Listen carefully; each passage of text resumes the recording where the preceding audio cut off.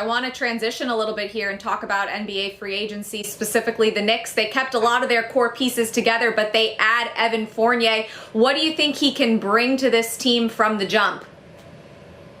I'm a big Evan Fournier fan, to be honest with you. I've always liked him. Obviously, he's playing great. If you watch him play for France, you go, wow. But I thought, he wasn't in Boston that much when he got there. I think he had COVID.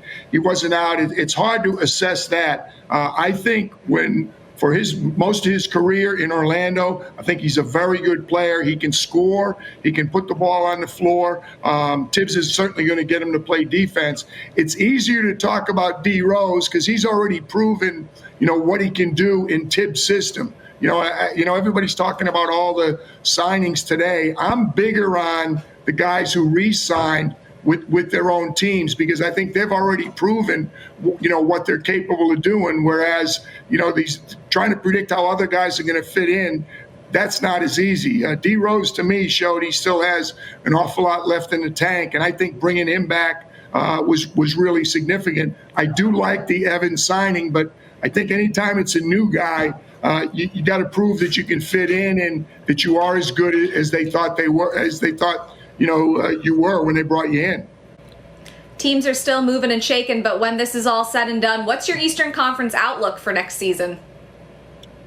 It's the best Eastern Conference it's been in a while. It's not top heavy anymore. It's really good at the top. There's at least 4 or 5 teams that are really competitive. I mean, obviously we saw what Milwaukee and Brooklyn did last year. I think Miami has improved. I don't think there's any question about that.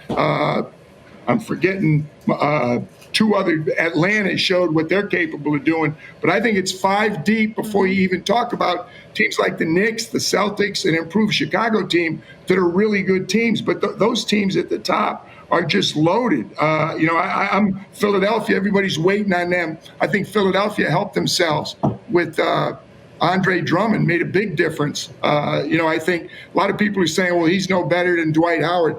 If I'm Philadelphia, Doc's got to be concerned. Joel Embiid has missed so many games over the years, and I think Drummond is a guy that if he's got to start 20 games for them, which seems to be what Joel misses almost every year, he's much better equipped to be a starter.